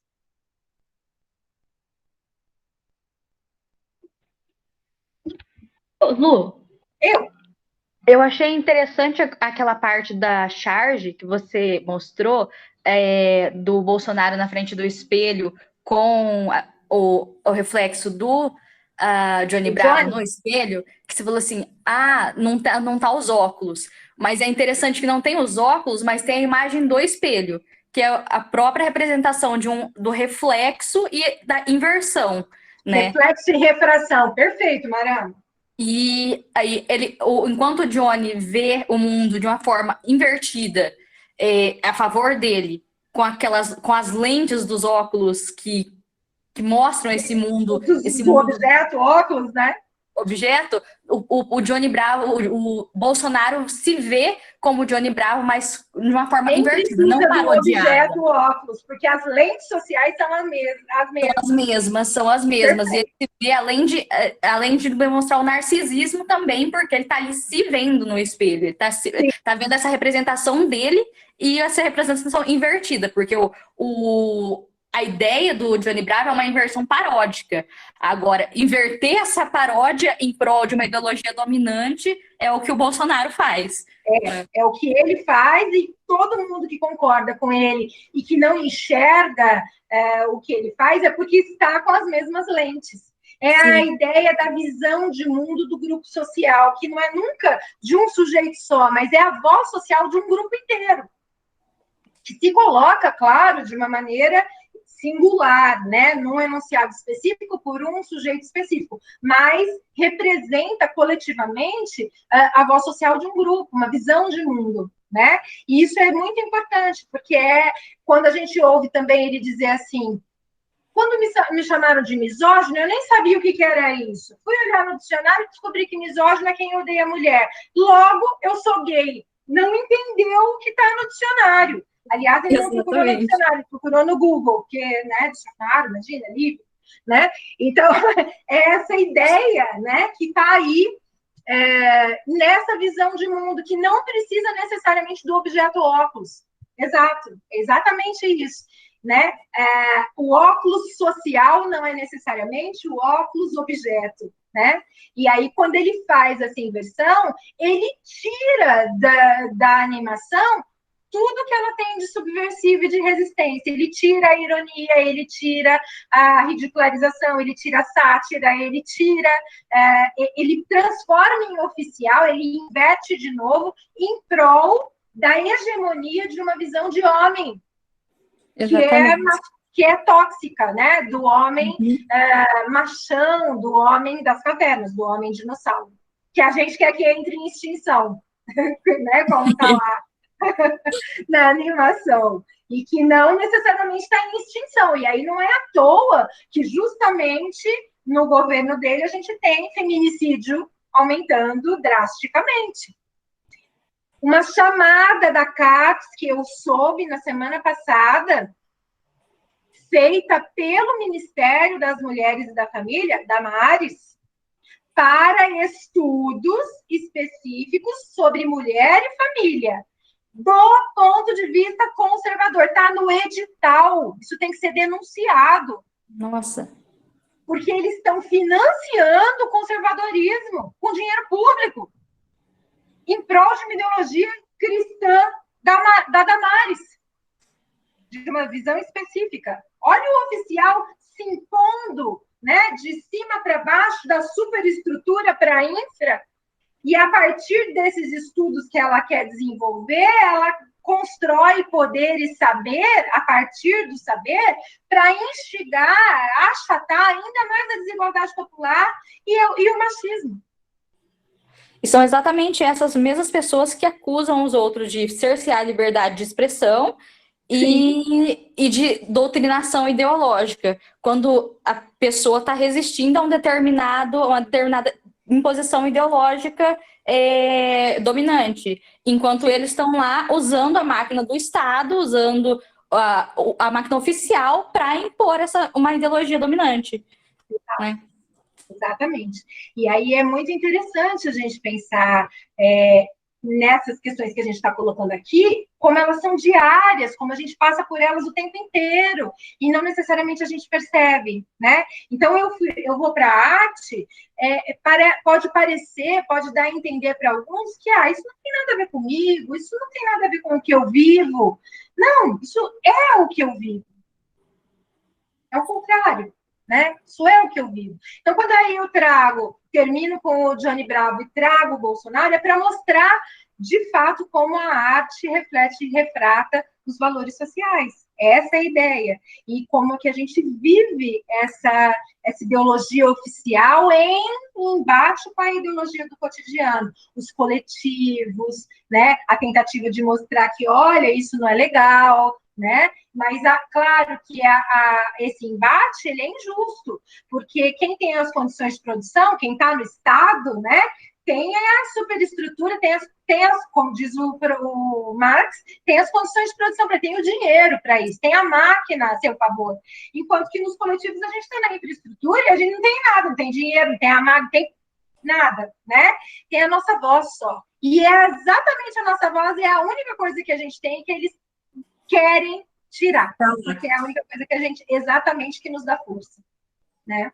Então, quando a gente tem uma escola sem partido aparecendo, é sem partido de quem? Porque é sem o partido que vai contra mim, é com o meu partido, né? O meu partido é técnico, é neutro, como se isso existisse. E aí Obrigada pela aula, Lu. Por exemplo, que mostra que não tem nada de técnico de sem partido e de neutro. Ao contrário, tem uma ressalva no edital, dizendo que não vai ser contemplada nenhuma pesquisa que trate de mulher e de família de outros pontos de vista que não os conservadores. E é muito dinheiro, é um edital grande. Olha o estrago que isso faz. Enquanto que nas humanas, tira dinheiro. Para que a humanidade? Se meu filho quiser fazer filosofia, ele que pague. Tem que ser medicina, engenharia, vai fazer curso técnico. Pobre, vai fazer curso técnico. Nada contra, eu fiz curso técnico. A questão é o curso técnico não ser simplesmente me ensinar a colocar parafuso. É o curso técnico com uma visão crítica, humanista. Não é isso que eles querem. Né? Então, falar disso é importante para a gente pensar o quanto que essa ideologia oficial da superestrutura, com essa força tão centrípeta, tenta nos esmagar cada vez mais, e o quanto que a gente precisa dispersar, né? Conseguir espaço, centrifugamente colocar para lá, e aí tomar a praça pública, como eu vou falar amanhã com o Crono todo. Ô, Lu, fizeram uns comentários no chat. Eu não vi. Deixa eu ver. Tá fechado aqui. Opa. Deixa eu ver. Tem que sair, tarará, ok. Guilherme, né? Eu gostei de uma parte do artigo que mostra o encontro dele com a Velma, e mostra que a Velma usa por necessidade física, ela é míope, né? E ele é algo estético, exato. Ela é para ver o mundo, e ele é para ser visto pelo mundo, né? Olha a inversão de novo aí. E aí essa inversão mostra a ironia, né, Guilherme? Então, ele não pode ser visto pelo mundo. E quando eles pegam os óculos trocados no episódio. E quando ele põe, eu coloquei esse fotograma na apresentação. Quando ele põe o óculos dele, ele leva um susto, logo ele desaparece, porque as pessoas vão vê-lo sem o óculos escuro, e aí ele troca, e aí ele aparece com o óculos dele. Ele não pode ser visto, é o narcisismo, né? E ela precisa do óculos para enxergar, para ver nitidamente. É o óculos social, é a simbologia que esse objeto tem. Quando a gente vai analisar um discurso, muitas das vezes a gente pega alguns elementos como traços que são muito típicos. Então, eu comecei falando do cabelo, do corpo, e aí terminei falando do óculos e do espelho, né? São elementos marcados nesses enunciados que mostram as visões de mundo, as valorações, as ideologias do enunciado. Tá? Em outros, são outros elementos. Cada enunciado vai ter o seu, né? Como eu já disse para vocês também, quando eu analiso o céu, eu vou olhar a escada para pensar em hierarquia. O preto e o branco no jogo de luz e sombra que aparece pictoricamente no audiovisual, no filme, como um xadrez, e exatamente num filme que vai falar sobre racismo, na história de Martin Luther King, né? O que é preto e o que é branco. Okay? Então, isso é importante. Não tem xadrez no Johnny Depp. No Johnny Bravo, estou falando errado, gente, desculpa, no Johnny Bravo. Né? Então, isso é importante da gente entender para a gente analisar outros enunciados também. E eu estou falando isso para vocês usarem isso para as apresentações. Tá? O que mais, gente?